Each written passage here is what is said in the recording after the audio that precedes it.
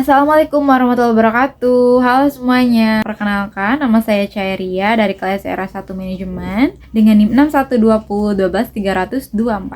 Mahasiswa Universitas Primagraha. Pada kesempatan kali ini, saya akan memaparkan materi penting dalam mata kuliah Bisnis Internasional. Nah, di sini ada 2 poin besar ya yang akan saya paparkan pada video kali ini, yaitu kekuatan ekonomi dan sosioekonomi dalam bisnis global dan juga teori perdagangan serta investasi internasional. Nah, materi ini tuh sangat penting ya karena membantu kita memahami bagaimana perusahaan besar bisa masuk, kemudian bertahan dan juga bersaing di pasar internasional. Baik, langsung saja kita mulai. Materi yang pertama itu ada kekuatan ekonomi dalam bisnis internasional. Pertama, kita membahas kekuatan ekonomi ya. Saat sebuah perusahaan ingin masuk ke pasar luar negeri, mereka tidak bisa asal masuk. Harus ada analisis ekonomi yang matang. Nah, salah satu indikator penting adalah GNI, yaitu Gross National Income atau pendapatan nasional bruto. GNI ini menunjukkan beberapa besar pendapatan masyarakat di suatu negara. Semakin tinggi GNI, biasanya daya beli masyarakat juga semakin tinggi. Artinya, peluang produk kita untuk laku juga lebih besar. Selain GNI ini, kita juga harus melihat distribusi pendapatan ya.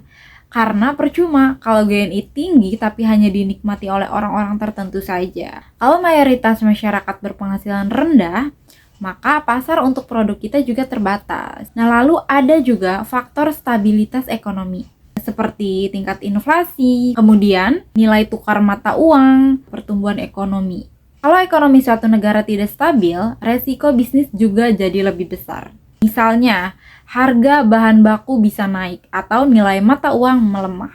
Yang kedua ada kekuatan sosioekonomi. Selain ekonomi, ada juga kekuatan sosioekonomi, yaitu kondisi masyarakatnya. Ada beberapa hal yang perlu diperhatikan, yaitu yang pertama, total populasi. Nah, semakin besar jumlah penduduk, maka semakin besar juga potensi pasarnya. Nah, negara dengan populasi besar biasanya lebih menarik bagi perusahaan internasional. Kemudian, ada struktur usia. Apakah penduduk didominasi anak muda, usia produktif, atau lansia? Nah, anak muda cenderung konsumtif, suka tren. Produktifnya fokus kebutuhan kerja. Kemudian lansia, fokus kesehatan. Nah, ini akan memengaruhi jenis produk yang cocok dijual. Kemudian ada kepadatan penduduk. Negara dengan kepadatan tinggi biasanya punya biaya distribusi yang lebih murah karena jarak antara wilayah lebih dekat. Sebaliknya, jika negara yang wilayahnya luas butuh biaya logistik lebih besar. Kemudian ada tingkat pendidikan.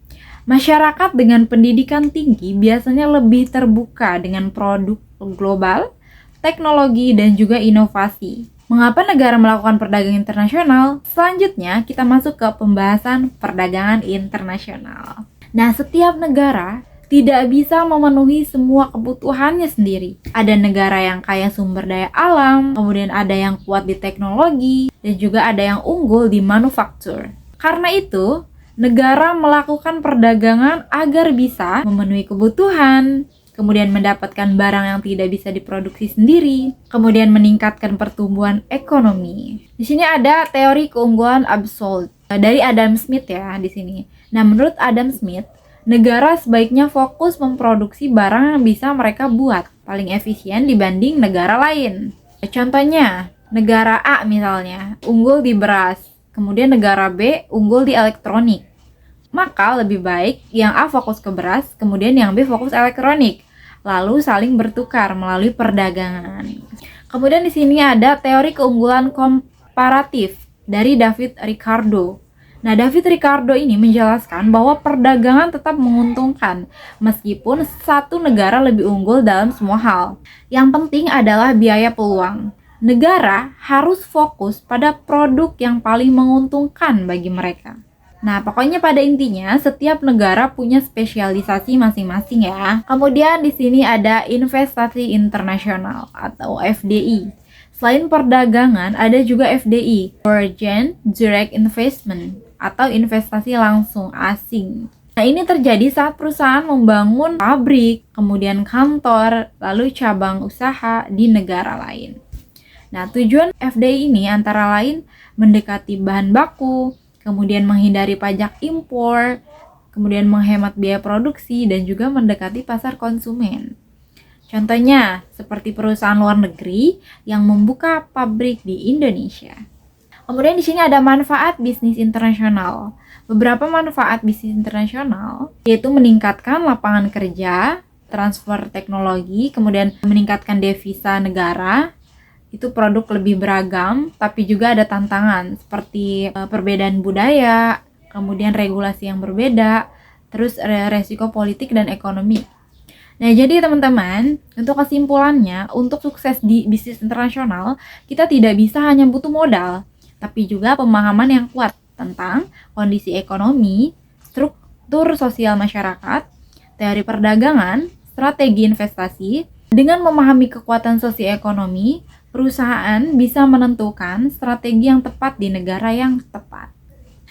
Demikian video dari saya kali ini, cukup segitu aja. Semoga materi ini bermanfaat untuk kita semua. Terima kasih sudah menonton. Sampai jumpa. Wassalamualaikum warahmatullahi wabarakatuh.